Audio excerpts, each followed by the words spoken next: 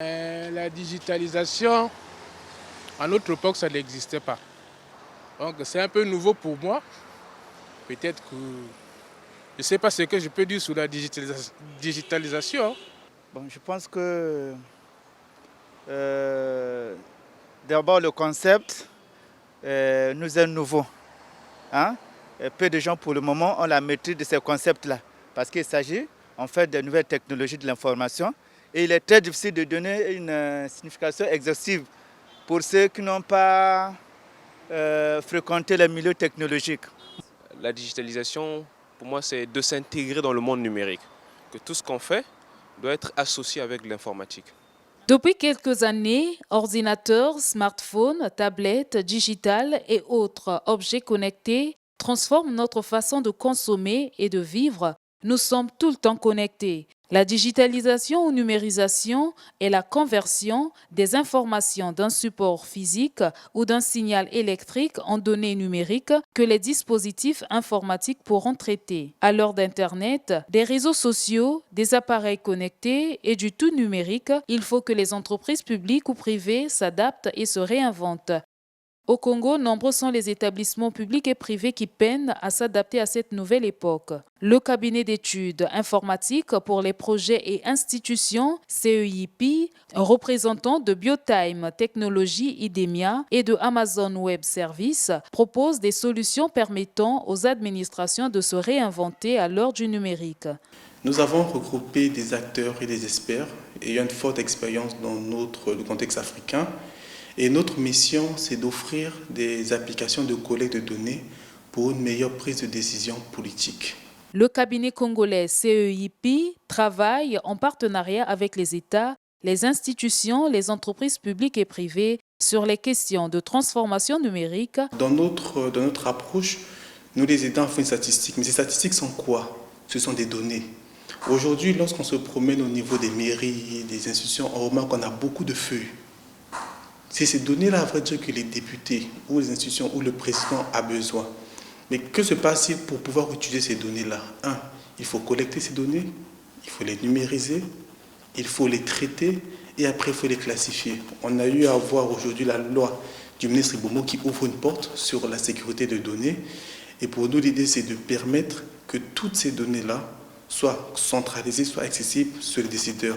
Expert en transformation digitale des institutions et projets en Afrique, le cabinet CEIP fait une analyse sur la digitalisation de l'administration des entreprises au Congo, un secteur dans lequel il peut apporter son expertise en la matière en proposant des stratégies correspondant aux besoins de ses administrations.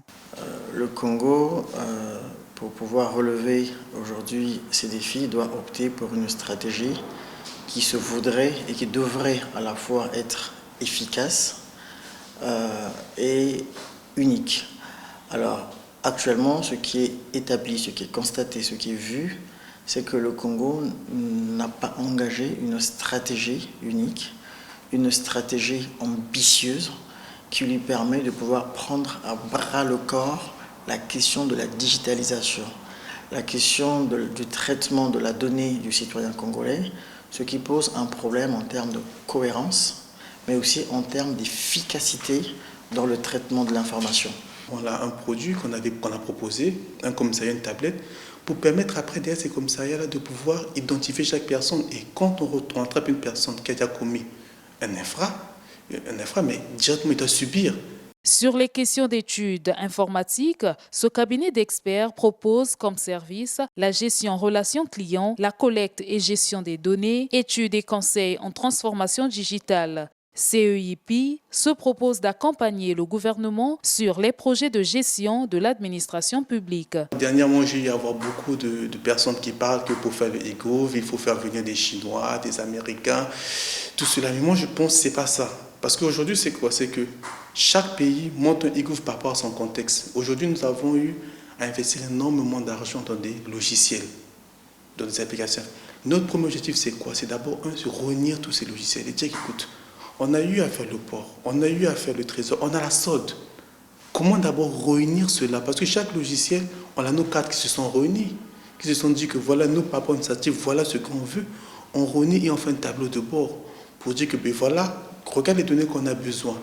Donc voilà pour moi, je pense, le ECOF. Il ne faudrait pas qu'on arrive, j'ai la chance de travailler dans beaucoup de projets, on voit des projets auxquels ceux qui ne demandent aucun rapport avec le cas réel, ils se retrouvent avec comme un propriétaire d'une Lamborghini dans une ville marécageuse. Un super produit, mais qui ne correspond pas au contexte. Par exemple, une ville marécageuse, il faudrait un 4x4. Donc je pense que pour la mise en place du ECOF, il faudrait que nous commençons d'abord à faire un état de besoin de tous les outils que nous avons, commencer à définir une politique de communication pour définir quels sont les éléments qui peuvent aider nos décideurs à prendre des décisions.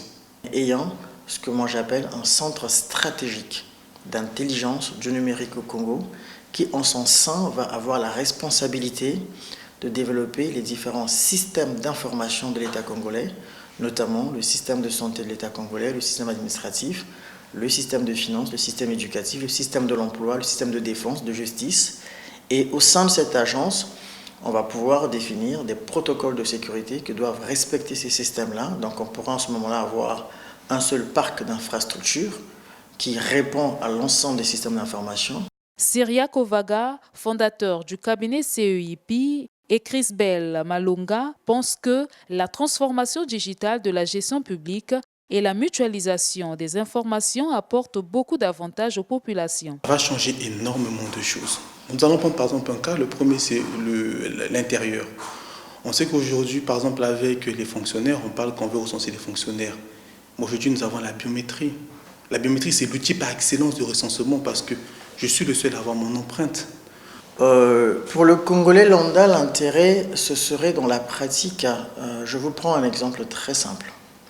Vous avez aujourd'hui, lorsqu'on veut faire un passeport, le Congolais est obligé de se rendre à l'état civil pour aller retirer un acte de naissance. Le Congolais est obligé de se rendre au service de justice pour aller retirer un casier judiciaire. Et une fois qu'il a réuni ces deux documents, il est donc contraint de se rendre à l'immigration pour aller faire un passeport.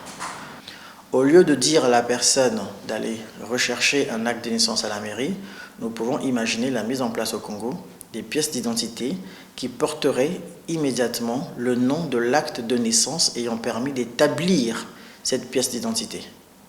Ce qui permettrait au système d'immigration, lorsqu'on fait la demande d'un passeport, d'emmener tout simplement sa pièce d'identité. Donc pour le Congolais lambda, ça lui évite les démarches au niveau de la mairie, on coupe le circuit de la corruption, des fausses pièces d'identité, des fausses actes de naissance. Et au niveau du service d'immigration, sur la base de la pièce d'identité, on va juste avoir le temps d'interroger le fichier d'état civil en vérifiant est-ce que le numéro de l'acte de naissance qui est attaché sur cette pièce d'identité existe bel et bien dans notre fichier d'état civil congolais. Donc en termes d'efficacité, l'administration est beaucoup plus efficace.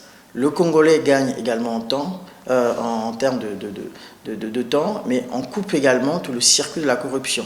Ce cabinet d'études informatiques constitué de jeunes cadres congolais qui a déjà participé sur plusieurs projets sur le continent dispose des atouts énormes dans le numérique. Il s'inscrit résolument dans la dynamique d'apporter sa pierre à l'édifice pour la transformation digitale en Afrique.